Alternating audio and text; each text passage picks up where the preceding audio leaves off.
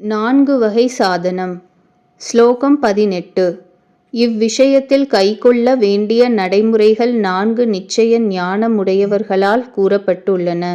எவை இருந்தால் மட்டுமே சத்திய வடிவான ஆத்ம நிஷ்டை இயலுமோ, எவை இல்லாமல் போனால் அந்த நிஷ்டை சித்திக்காதோ அவையே இந்நான்கும். ஸ்லோகம் 19.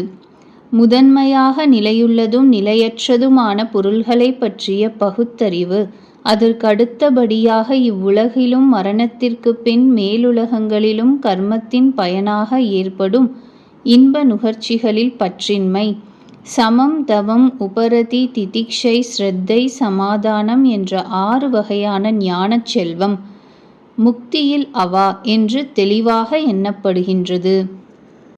ஸ்லோகம் 20. பிரம்மம் மெய், உலகம் பொய் என்று இவ்வடிவான திடமான நிச்சய புத்தி எதுவோ அந்த நிச்சய புத்தி நித்யா அனித்ய வஸ்து விவேகம் என்று தெளிவாக கூறப்பட்டுள்ளது. ஸ்லோகம் 21. இந்த உடல் தொடங்கி பிரம்மாவின் உடல் வரை நிலையில்லாத இன்பப் பொருள்களில் பார்வை, கேள்வி முதலியவற்றால் வெறுப்பு எதுவோ அது வைராக்யம் எனப்படும்.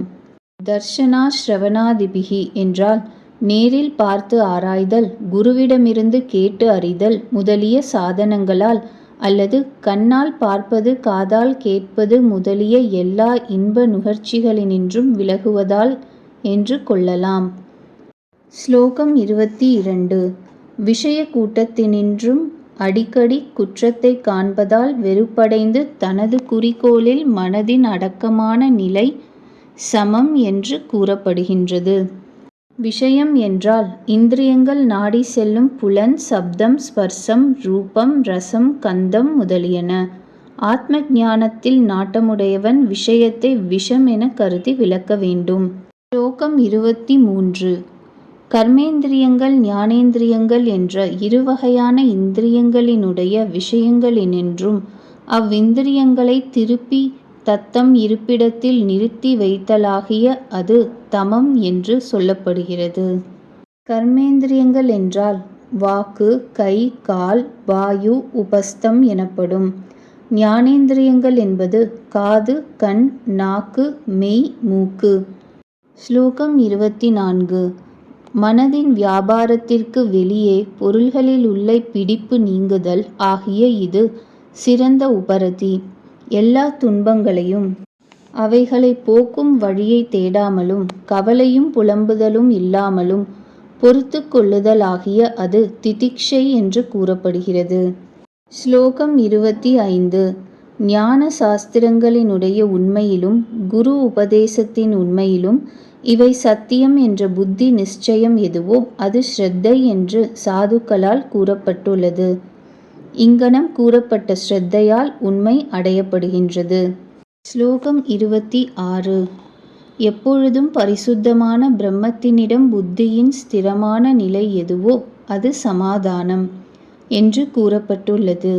சித்தத்தினுடைய இஷ்டத்தை பூர்த்தி செய்து சமாதானப்படுத்துதல் அன்று. சஞ்சலமானதும் நிலையற்றதுமான மனது எந்தெந்த காரணத்தை பற்றி வெளிப்போந்து திரியுமோ அந்தந்த காரணத்தினின்று இதை மீட்டு அடக்கி ஆத்மாவிலேயே வசமாக வைக்க வேண்டும். ஸ்லோகம் 27. அகங்காரம் முதல் தேகம் வரை உள்ள தலைகள் அஞ்ஞானத்தால் கல்பனை செய்யப்பட்டவை. தன்னுடைய உண்மையான ரூபத்தை அறிந்து கொண்டு தலைகளினின்று விடுபடுவதற்கு விரும்புதல் முமுக்ஷுத்துவம் எனப்படும்.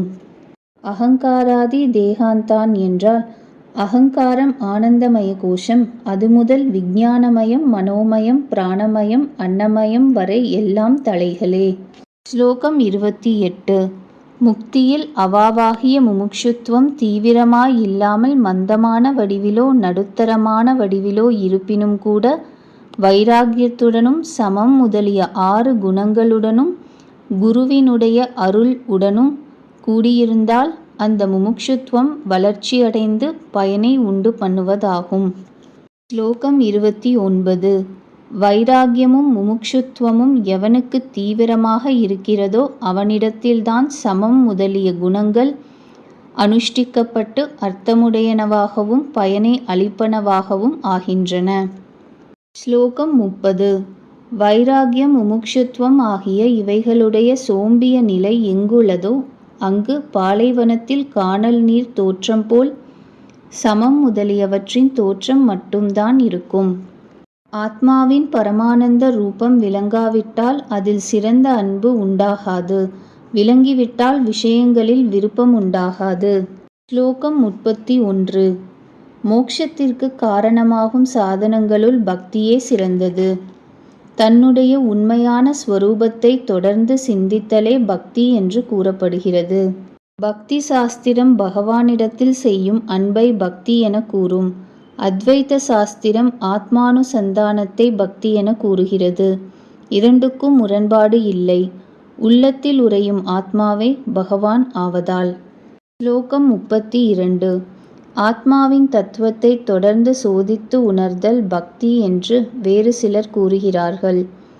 மேலே கூறப்பட்ட சாதனங்களுடன் கூடியவனும் ஆத்மாவின் தத்துவத்தை அறிவதில் அவா உள்ளவனும் ஆக இருப்பவன் எவரிடமிருந்து பிறவித் தலைகளினின்று விடுதலை கிட்டுமோ அப்படிப்பட்ட அறிவிற் சிறந்த குருவை நாடி அடைதல் வேண்டும். பிராக்ஞம் என்பது எவன் எல்லா இடத்திலும் பற்றில்லாதவனாய் அந்தந்த நன்மை தீமைகளை அடைந்து மகிழ்ச்சியால் பூரிப்பதில்லையோ துக்கத்தால் மனம் குன்றுவதில்லையோ அவனுடைய பிரக்ஞை அல்லது ஞானம் உறுதியாய் நிலை பெற்றதாகும். அவன் ஸ்தித பிரக்ஞன் எனப்படுவான். உபசீதேத் என்றால் கர்மத்தால் அடையக்கூடிய உலகங்களை பரீட்சித்து பிராமணனானவன் செயலற்ற பரம்பொருள் ஒரு செயலாலும் அடைதற்கரியதென்று கண்டு வைராகியத்தை அடைய வேண்டும். பின்பு அவன் அப்பரம்பொருளை உணர்ந்து உய்யும் பொருட்டு சமித்தை கையுறையாக கொண்டு வேத கேள்வியில் சிறந்தவரும் பிரம்மனிஷ்டருமான குருவை தேடி அடைய வேண்டும். ஸ்வாத்ம தத்துவானுசந்தானம் என்றால் பக்தியால் ஆத்மாவாகிய நான் எவன் எத்தன்மையோன் என்று என்னை உண்மையில் உணர்கிறான்.